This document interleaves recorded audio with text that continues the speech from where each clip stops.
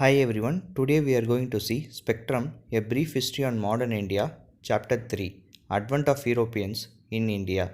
In the previous video, we have discussed about the conditions favoring the Portuguese and how India became a Portuguese state and also the Portuguese administration and religious policies in India. I have given the link of the video in the description. Please do watch and come. If you are watching my video for the first time or you have still not subscribed my channel, please do subscribe and support me. Now let's see how the Portuguese lose their favor with Mughals.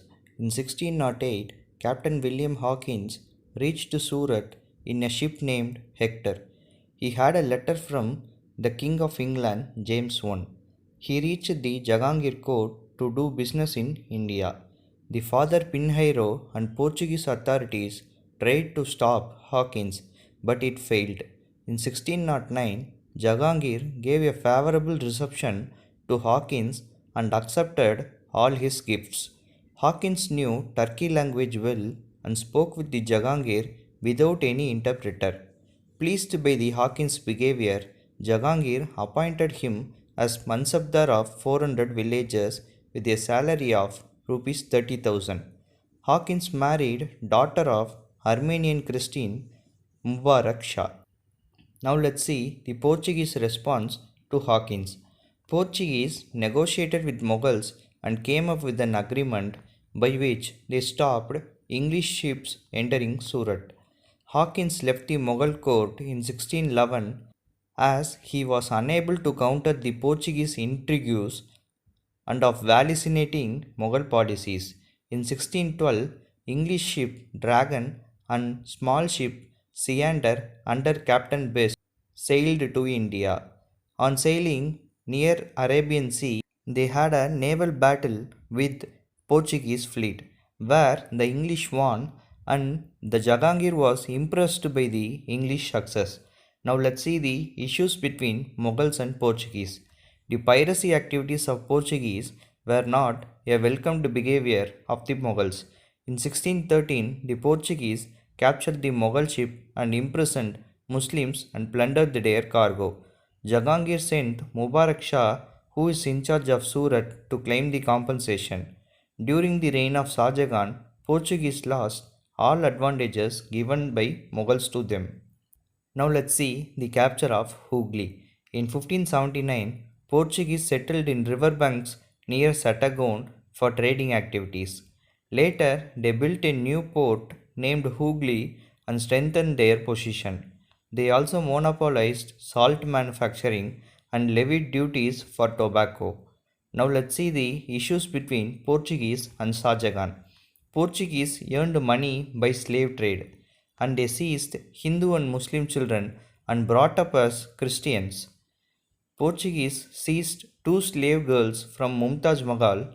On June 24, 1632, Mughals started to seize Hooghly and seized it in 3 months. Portuguese had no other go, had to fled from the Hooghly. Shah Jahan ordered Qasim Khan, the Bengal governor, to take action on Portuguese. Mughal lost 1,000 men and also they took 400 as prisoners from Portuguese. The prisoners have given a chance to convert to Islam or become slaves.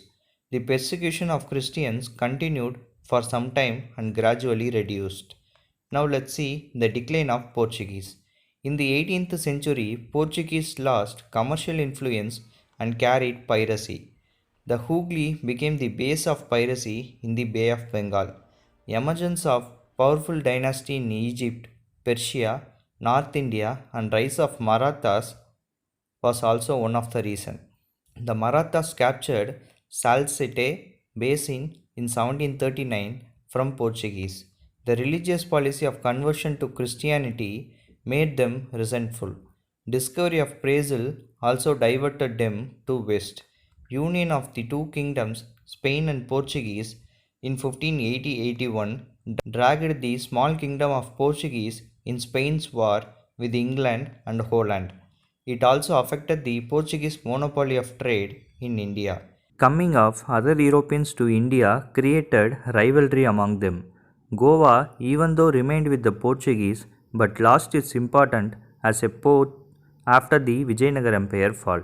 Soon, Brazil replaced Goa for Portuguese as an economic center in overseas. In 1683, Marathas invaded Goa. Now let's see some significance of Portuguese. Portuguese arrival marked an emergence of naval power in India. Even though already Cholas had a superior naval power who reached foreign nations and captured it, but it is the first time a foreign nation coming to India and capturing it. The ships with cannons was a threat to others and could easily monopolize trade in the east.